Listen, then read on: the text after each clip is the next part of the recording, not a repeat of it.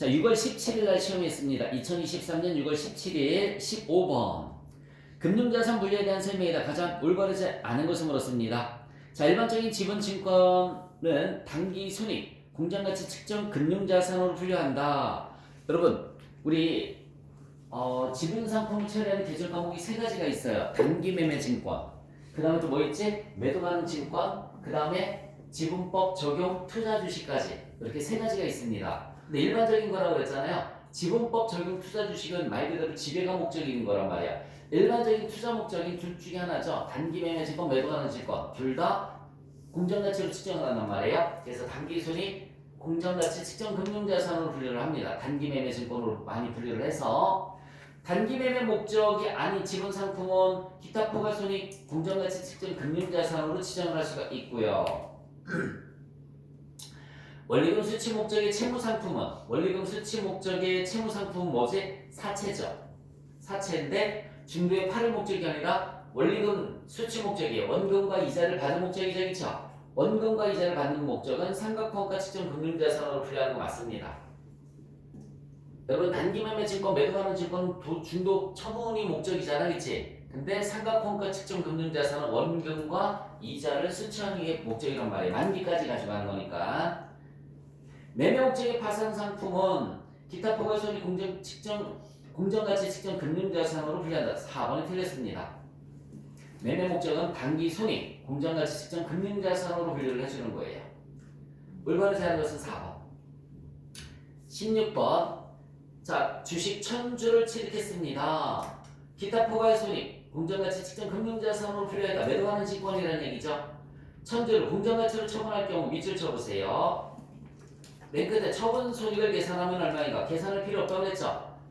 주식, 매도하는 증권 처분 손익은 빵원이라고 했습니다. 인식하지 않는다고요. 답은 무조건 그냥 몇 번이 답이 되는 거예요? 1번이 답이 되는 거예요. IFRS에서는 잘 들어. IFRS에서는 매도하는 증권 주식 처분 손익은 인식하지 않습니다. 매도하는 증권 처분 손익은 인식하지 않아요. IFRS에서는 그냥 계산할 필요 없습니다. 무조건 얼마가 답이 되는 거라고요? 빵원이 답이 되는 거예요. 빵원. 자, 17번. 금융부채에 해당하는 것으로 옳은 것을 물었습니다. 여러분, 재고자산을 외상으로 판매를 하면서 발생한 채권, 외상매출금이죠. 맞아? 외상으로 판매하면서 발생한 채권이니까 외상매출금이잖아요. 외상매출금은 금융자산이죠. 금융자산. B사가 보유하고 있는 다른 기업의 지분상품, 여러분 다른 회사의 지분상품 뭐예요? 금융자산이죠. 단기 매매 증권, 매도하는 증권 얘기하는 거예요. 금융자산. 법인세와 관련된 부채는 금융부채, 금융자산에 속하지 않습니다. 법인세는 세금이잖아요, 그렇죠? 세금 관련된 부채, 미지급 세금 얘기하는 미지급 세금은 금융자산도 아니고 금융부채도 아니에요. 100억 원 가치에 해당하는 지분상품을 인도할 계약 이렇게 나와 있어요. 여러분 100억 원 금액은 나와 있지. 근데 지분상품의 수량은 만주다, 2만주다 나와 있어, 안 나와 있어? 안 나와 있지. 그러면은 금융부채입니다. 금액은 나와 있는데 지분상품의 수량이 나오지 않았어요. 그러면은 금융부채로 분류를 하는 거예요. 금융부채.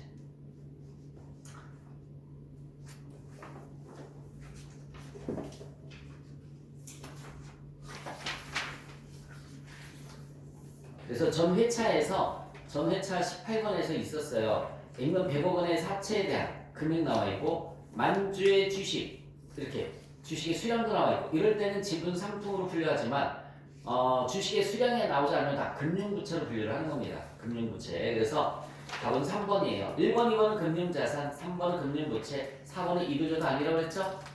18번 문제 보겠습니다. 자, 금융부채에 대한 설명이 올바르지 않은 것을 물었어요. 금융부채는 원칙적으로 최초 인식 시 공정가치로 인식하는 거 맞고요. 자, 동그라미 2번. 단기 손익, 공정가치 측정 금융부채와 관련된 거래원가는 최초 인식하는 시점에 공정가치에 차감해서 측정한다라고 나와 있는데 여러분 단기 매매 증권 관련된 거래원가는 단기 비용으로 처리한다고 했죠. 단기 비용으로 처리하는 겁니다. 2번 틀렸어요. 사채 상환 손익이 발생하는 이유는 상환 일의 시장 이자율이 상환 다른 일의 시장 이자율과 다르기 때문이다. 3번 맞고요. 이게 제가 여기에서는 설명해 드릴 수가 없는데 이론 동영상 강의에서는 있습니다. 이론 동영상 강의에서는 설명을 해드렸어요. 여기 봐. 하나, 둘. 발행 당시, 여기 발행 시점. 발행 시점의 시장 이자율이, 발행 시점의 시장 이자율이, 예를 들어서, 시장 이자율이 10%인데, 이때 상환하려고 합니다. 이때 상환하려고 그래. 좀 일찍. 조기 상환하려고 하는 거야. 조기 상환 시의 시장 이자율이 12%로 이렇게 상승을 했어요.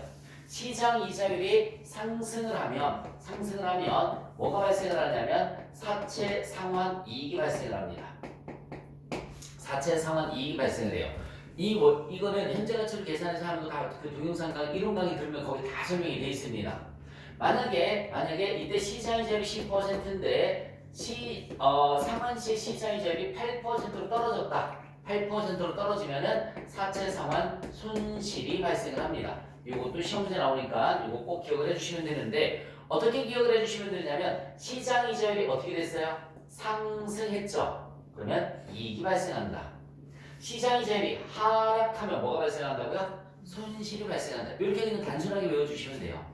자, 다시 한번. 시장이자율이, 상환시에 시장이자율이 상승을 하면 사채 상환이, 하락하면 손실이 발생한다. 이렇게 단순하게 암기를 해주시면 됩니다. 자, 그래서 동그라미 3번 문제, 사채 상환 손익이 발생하는 이유는 상환일의 시장이자율이 발행일의 시장이자율과 다르기 때문이다. 맞고요. 연속 상환 사채 발행 금액은 사채로부터 발생하는 미래 현금 흐름을 발행 시점에 시장 이자율로 할인한 현재 가치가 된다. 뭐 다 똑같은 말이죠. 발행 시점에 시장 이자율로 할인한 금액. 연속 상환 사채가 뭐죠? 이렇게 연속 상환 사채. 원금을 300만 원 한 번에 상환하는 게 있고, 한 번에 상환하면 부담되니까 이때도 100만 원 받고, 이때도 100만 원 받고, 이때도 100만 원 받고, 연속 상환하는 거. 계산하는 방법은 똑같아요. 이거의 현재 가치, 그치? 얘는요, 요거의 현재 가치, 요거의 현재 가치, 요거의 현재 가치를 구해주면 되는 거지, 그치? 왜냐면 요때 이자가 다를 거란 말이야. 우리 이런 스타일에서는 요때 이자 주고, 이때도 이자 주고, 이때도 이자를 10만 원을 줘요. 그럼 곱하기 뭐라고 그랬어? 현가. 얘는 곱하기 뭐라고 그랬어? 연금 현가라고 그랬죠? 얘는 이자가 처음에는 300에 대해서 10%다라고 하면 30만 원 나갈 거야. 근데 이때는 만약에 20만 원 나가고, 이때는 이자가 10만 원 나갈 거야. 이자가 점점 줄어든다고. 그래서 요거의 현재 가치, 요거의 현재 가치, 이거의 현재 가치 이렇게 구해주시면 됩니다. 역시 이것도 이름 동영상에 다 있습니다. 자, 그 다음 문제 보시면 19번. 일단 칠판 지울 테니까 칠판에 있는 거 쓸 거 있으면 써주세요. 19번 문제예요. 다음과 같은 조건으로 전환사채를 580만 원에 할인 발행하였다라고 나와 있습니다. 주식회사 3일이 전환사채 발행 시점에 계산할 전환권 대가를 계산하면 얼마인가라고 나와 있습니다. 전환권 대가는 자본으로 분류된다. 자본잉여금에 해당하는 거예요. 자본잉여금. 일반적으로 전환사채는 액면 발행하는데 여기 할인 발행했다고 나와 있네. 자, 한번 천천히 해보도록 하겠습니다. 액면 금액이 얼마래? 600만 원 이렇게 나와 있어요. 다시 한번 액면 금액이 얼마라고 나와 있어요? 600만 원이라고 나와 있습니다. 액면 이자가 있어요, 없어요? 없어요. 발행일은 1월 1일인데 만기는 12월 30일 3년이라고 나와 있죠. 자, 여기 봐. 하나, 둘, 셋. 액면이 얼마래요? 액면이 얼마? 600. 액면은 600만 원. 상환 할증금이라는 게 있어요. 상환 할증금이 얼마라고 나와 있습니까? 78만 원 나와 있어요. 78만 원은 액면 금액의 113%라고 나와 있어요. 6일은 638. 그쵸? 그래서 678만 원. 맞지? 그래서 78만 원인 거야. 13%니까. 600만 원에 13%면 78만 원 나온단 말이에요. 그죠? 그래서 113%가 678만 원을 주는 거야. 그래서 여기 봐. 상환 할증금이 78만 원이에요. 여러분 여기 봐요. 할증금이 뭐냐면 사채는 돈을 빌리는 거지. 근데 무이자를 빌렸잖아. 액면이자가 없대요. 그렇죠? 그 이유가 내가 너 주식으로 전환할 수 있는 권리를 줬잖아. 근데 이자는 퉁치자? 이렇게 하는 거지. 자, 다시 한번 얘기해 줄게요. 내가 여기 봐봐. 정아한테 돈을 빌려달라고 그랬어요. 그랬더니 정아가 전환사채 발행해 주세요 라고 했어요. 수틀리면 우리 회사를 먹어버리겠다는 얘기지, 그치? 그래, 알았어. 내가 주식으로 전환할 수 있는 권리를 줄게 라고 해서 전환사채를 발행을 했어요. 그럼 너도 나한테 이자를 받으면 안 되지. 내가 너한테 주식으로 전환할 수 있는 권리를 줬으니까 이자를 받으면 안 되지. 그래서 무이자로다가 하는 거야. 실제로는 이자를 좀 주기는 하겠지만 이따가 내가 보여줄게요. 카톡에 들어온 거, 질문 들어온 거 보여줄게요. 자, 어쨌든 무이자예요. 그럼 대신에 얘가 나중에 주식으로 전환하지 않으면 얘는 이자를 못 받았잖아, 그치? 그럼 내가 보상으로 78만 원 줄게 라고 하는 거예요. 그동안 이자 못 받은 거에 일부 보상을 해주겠다. 이게 상환할증금의 개념인 거야. 그래서 요거 곱하기 2개 뒤에서 곱하기 현가를 해주시면 돼요. 2개 뒤에서 곱하기 현가. 현가가 얼마라고 나와 있나 봐요. 현가는 0.7118이 나와 있어요. 0.7118. 이자는 여기 잠깐만 볼래? 이자는 없다고 그랬으니까 굳이 곱할 필요가 있어요? 없어요? 없어요. 얘는 없잖아요. 계산해봐. 678만 원 곱하기 0.7118 이렇게 한번 해보세요. 얼마 나오나? 이거를 우리는 일반 사채 발행가액이라고 하는 거야. 일반 사채 발행가액이라는 말을 써요. 일반 사채 발행가액. 얼마 나오니? 678만 원 곱하기 0.7118. 얼마 계산했으면 얘기를 해주던지. 휴직한 놈. 아이고. 4826004? 4826004. 얘를 우리가 일반 사채 발행가액이란 말 쓰는 거야. 그런데 전환사채 발행가액이 전환사채를 얼마에 발행을 했다고 나와 있어요? 580만 원에 발행을 했다고 했죠, 그쵸? 580만 원. 요 차이를 우리가 뭐라고 하냐면 전환권 대가라는 말을 쓰는 거예요. 빼봐, 그냥. 580에서 480, 그러면 97만 3,996원? 97만 3,996원. 얘가 전환권 대가가 된 겁니다. 답은 몇 번? 2번. 2번. 구하는 건 어려운 거 아니지, 그치? 자, 해석만 할 줄 알면 되는 거. 액면 600만 원에 상환할증금이 얼마 있어? 78만 원. 이자는 있어, 없어? 없어. 만약에 이자가 있었으면 이자 곱하기 뭐를 해주면 돼? 연금형가까지 더해주시면 되는 거죠. 자, 얘 현재 가치가 나왔고요. 전환사채 발행가액이랑 비교해주면 전환권 대가가 계산이 된다. 19번 문제는 그래서 답은 몇 번?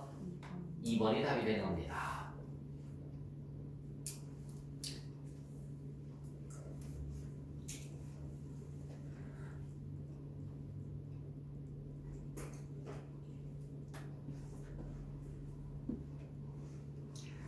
자, 그 다음에 20번 문제를 보시면 다음 중 충당부채로 인식될 수 있는 사례로 올바르지 않은 것을 얻었어요. 단, 해당 의무를 이행하기 위해서 필요한 금액을 신뢰성 있게 추정할 수 있다고 가정한다 라고 나와 있어요.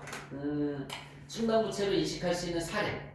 회사의 소비자 소송 사건에 대해서 패소 가능성이 높다는 법률 전문가의 의견이 있습니다. 충당부채 당연히 설정을 해놓는 게 좋겠죠?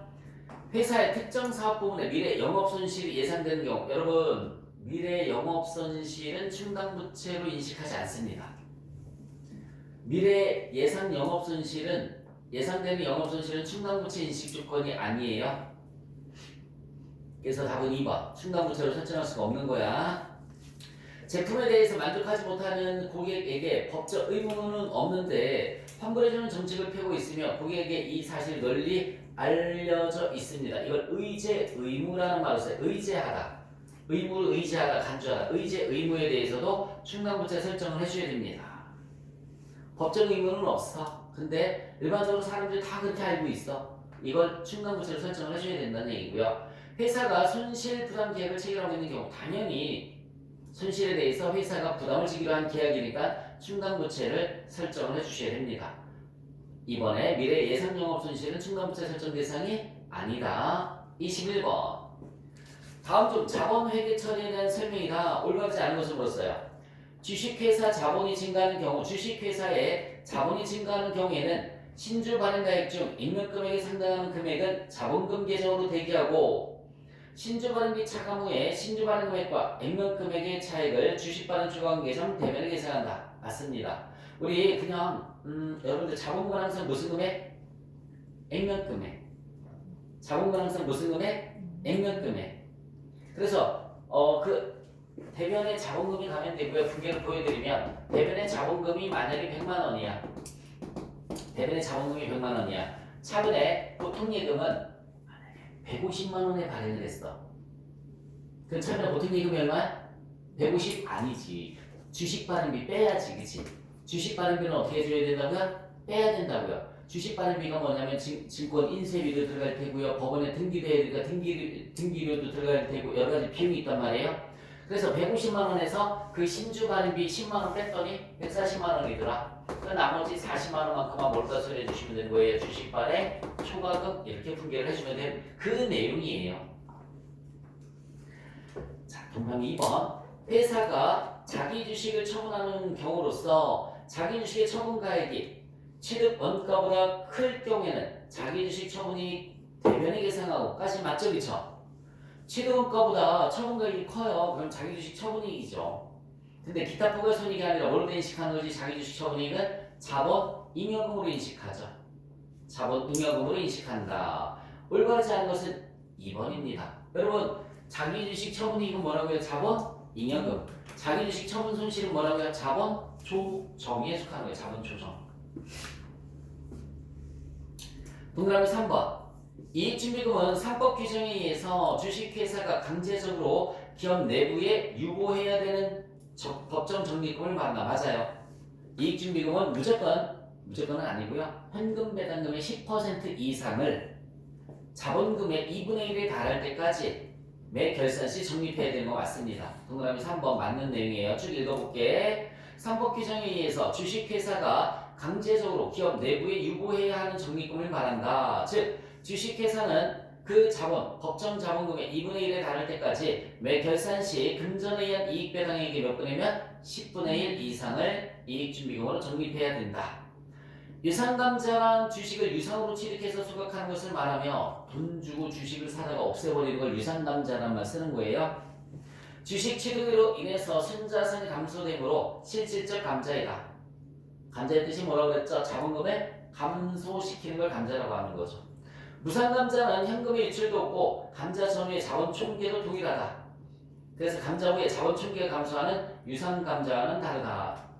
분계로 보여드리면은 유상감자는 차변에 자본금이 없어지고요. 대변에 돈이 나가는 거예요. 돈이 나갑니다. 이게 유상감자예요. 무상감자는 차변에 자본금이 없어지는데 대변에 결손금이 없어지는 거죠. 이렇게 결손금하고 일반적으로 상계 처리하는 것이 무상감자라고 생각을 해주시면 됩니다. 자, 유상감자. 그래서 여기 봐봐. 돈이 나갔잖아. 돈이 나갔으니까 자본 총계가 줄어든다고요. 얘는 돈이 들어온 것도 아니고 나간 것도 아니기 때문에 자본 총계는 변동이 없다라고 생각을 해주시면 되겠습니다. 자, 올바르지 않은 것은 몇 번? 2번이에요. 자기주식 처분이익은 자본 잉여금에 속하는 겁니다. 됐습니까? 22번. 자, 포괄손익계산서상 당기순이익, 기타 포괄이익은 각각 130만원과 얼마라고 나와 있습니까? 50만원이다 라고 나와 있어요. 자본 총계를 물었네. 그 우리 그냥 자본 총계를 물었으니까 자본 계정을 그려볼까요? 자본에는 자본금이 있고요. 자본금, 그 다음에 자본 잉여금, 그 다음에 자본 조정, 그 다음에 기타 포괄 손익이 있고, 그 다음에 뭐가 있어요? 이익 잉여금이 있는 거죠. 이익 잉여금이 있어요. 당기순이익이 얼마라고 나와 있어? 당기순이익은 130, 기타 포괄 손익은 50이래요. 당기순이익은 이익 잉여금에 들어가는 거예요. 130, 기타 포괄 손익이 50 이렇게 있답니다. 기타 포괄 손익은 50만 원이고요. 자, 자산과 부채 총계는 각각 3,850만 원과 1,350만 원이다. 자산 마이너스 부채는 자본이잖아, 그치? 빼볼래? 기초 자본이 얼마인가? 3,850에서 1,350만 원을 빼주시면 얼마죠? 2,500이죠. 기초 자본금은 2,500. 기초의 자본금은 2,500. 연중 발생한 모든 자본 거래가 다음과 같을 때 자본 총계로 보고될 금액은 얼마인가라고 물었습니다. 5월 18일 날짜 거부터 보세요. 주주총회에서 결의한 배당 주식 배당으로 얼마? 100주. 액면 금액은 얼마라고 나와 있어요? 5,000원. 여러분 결론부터 얘기해 줄게. 주식 배당은 자본의 변동이 있을까요? 없을까요? 없어요. 주당 액면 금액 5,000원. 근데 주당 공정 가치가 얼마라고 나와 있습니까? 6,000원 발행하였다. 이렇게 나와 있어요. 주식 배당은 액면 금액으로 처리가 되는 거예요. 다시 한번 주식 배당은 뭐로다가? 액면 금액으로. 그런데 몇 주라고 나와 있어요? 100주? 100주 곱하기 액면 금액이 얼마예요? 5,000원? 얼마니? 50만 원이지. 맞아요? 100주 곱하기 5,000원 하면 얼마 나온다고요? 50만 원. 근데 자본의 변동이 없다고요. 왜냐면 이익여금을 50만 원 줄이고 미겨부 주식 배당금을 늘렸다가 다시 미겨부 주식 배당금을 줄이고 자본금이 늘어나는 거란 말이에요. 여기서만 왔다 갔다 하는 거란 말이에요. 돈이 들어오거나 돈이 나가는 게 아니란 말이에요. 그래서 자본의 변화가 있다 없다? 없다. 다시 한번 그 주식 배당 있는 그대로 표현하면은 주식 배당은 여기서 50만 원을 줄인다고. 여기서 50만 원을 줄인다고요. 예를 들어서 그러면 미교부 주식 배당금은 여기에 들어간단 말이에요. 미교부 주식 배당금은 얘가 50만 원이 늘어나요. 얘가 줄어들고 얘가 늘어나요. 그리고 얘를 줄여서 다시 얘가 50만 원이 늘어나요. 이렇게. 그럼 얘는 늘어났다 줄어들었으니까 없어지는 거지. 맞아요? 그리고 여기서 줄어든 만큼 여기서 늘어났지, 그치? 총 자본의 변동이 있어요, 없어요? 없어요. 굳이 쓸 거 없다고요, 그러니까. 총 자본의 변동이 없는데 왜 써? 두 번째 거. 200주를 액면금액 5,000원을 얼마에 발행했다고 나와 있어요? 6,500원에 발행했죠. 자본금은 항상 무슨 금액? 액면금액. 200주 곱하기 5,000원이면 얼마니? 100만 원이죠. 맞아요. 얘가 100만 원 늘어나네. 플러스 100만 원. 여기 봐요. 플러스 100만 원. 초과 발행했으니까 자본잉여금이 생기지, 그치? 주식 발행 초과금. 100주 곱하기 얼마 초과 발행했어? 5,000원짜리를 6,500원에 발행했으니까 1,500원. 그 1,500원 곱하기 200주 하면 30만 원 나오죠? 30만 원만큼 초과 발행했으니까 자본잉여금이 30만 원 늘어나죠. 자본잉여금이 30만 원 늘어납니다. 2000년도에 취득한 자기 주식 70만 원짜리를 얼마에 다시 재발행했습니까? 80만 원에 재발행했지, 그치? 그러면 80만 원 재발행한 만큼 자본금이 늘어납니다. 플러스 80만 원. 이렇게. 그러면 다 계산해봐요. 계산기. 2680. 2680에 30만 원 더해주면 얼마예요? 2680에 30, 2710만 원? 2710만 원에다 50만 원 더해주시면 2760만 원?